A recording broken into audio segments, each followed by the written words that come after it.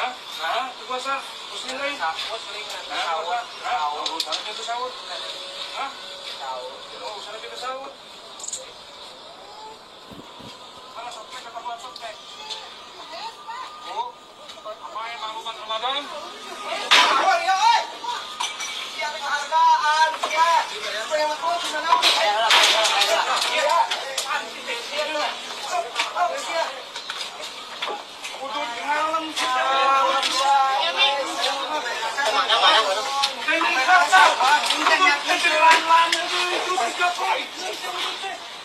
Itu tuh, balik itu tuh.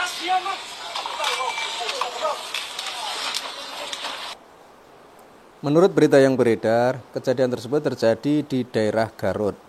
Dan hal seperti ini hampir setiap bulan Ramadan ada. Artinya, kedewasaan berpikir masyarakat di Indonesia, terutama ormas-ormas yang suka melakukan hal seperti ini, harus ditingkatkan lagi. Karena yang namanya puasa itu adalah sebuah ibadah yang kaitannya antara manusia dan Tuhannya. Sehingga ketika ada orang tidak puasa, orang yang berpuasa tidak perlu marah-marah seperti ini. Apalagi sampai melabrak di rumah makan, bahkan sampai merusak tempat tersebut. Ini sudah melanggar aturan negara dan juga sudah melanggar aturan Islam itu sendiri. Meskipun alasannya untuk menertibkan bulan puasa, untuk menghormati orang yang puasa dan lain sebagainya. Tapi dalam hal berpuasa itu adalah hak prerogatif. Kita sebagai umat Islam hanya diperbolehkan menganjurkan atau mengajak.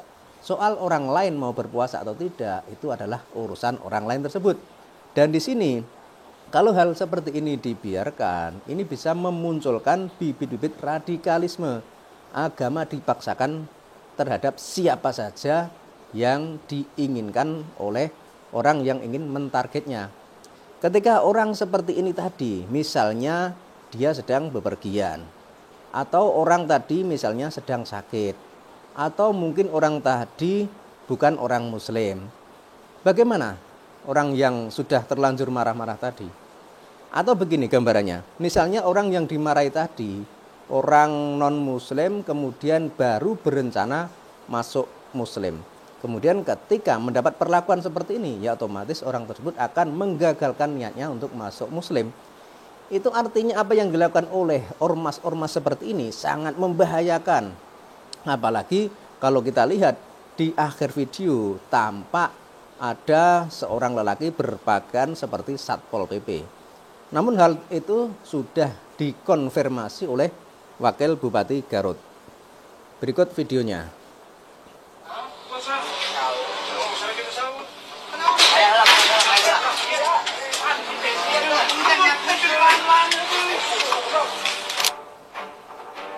Jadi di lain waktu mungkin nanti bisa berbicara ke teman rekan-rekannya. Dan saya harap ini yang terakhir. Siap.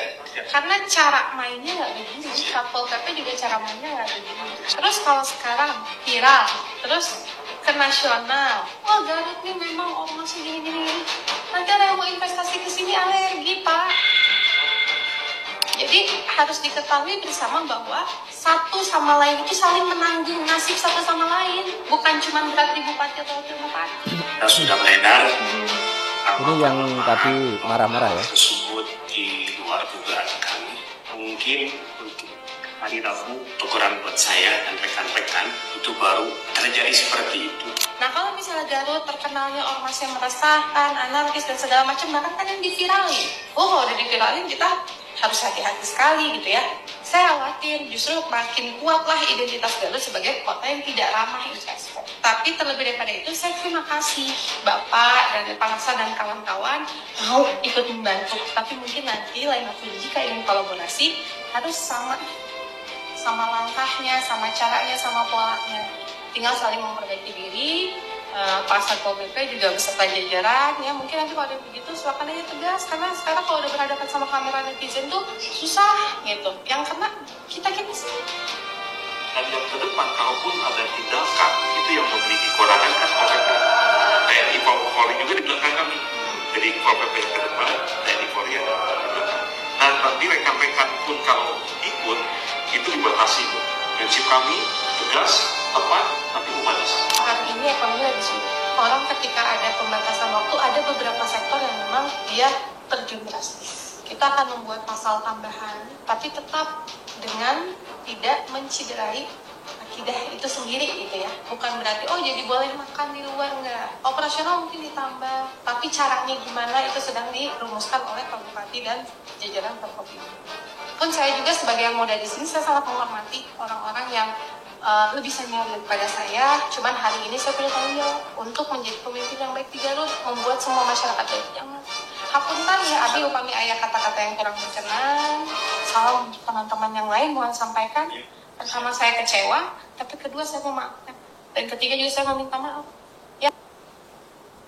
Jadi ini adalah sebuah kejadian yang mungkin hampir setiap Ramadan kita jumpai di berbagai tempat, di berbagai wilayah.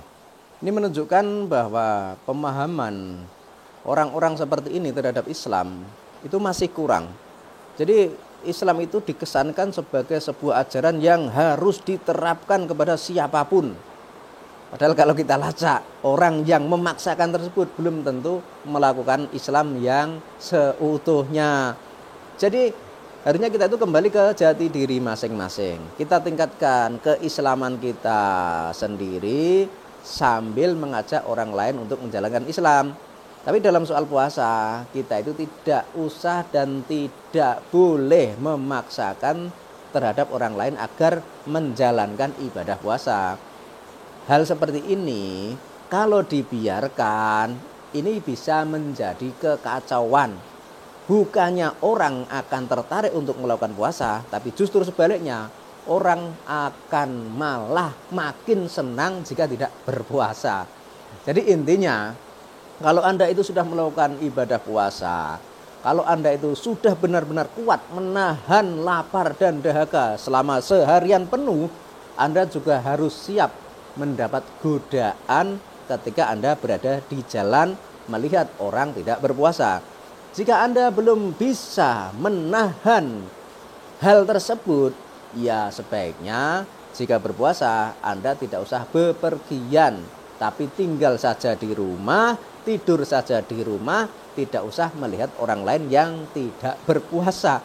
Karena kalau Anda imannya belum kuat, imannya belum tebal, kemudian keluar jalan-jalan, melihat orang lain tidak puasa, melihat orang lain makan, melihat orang lain minum, melihat orang lain merokok, Anda nanti akan marah.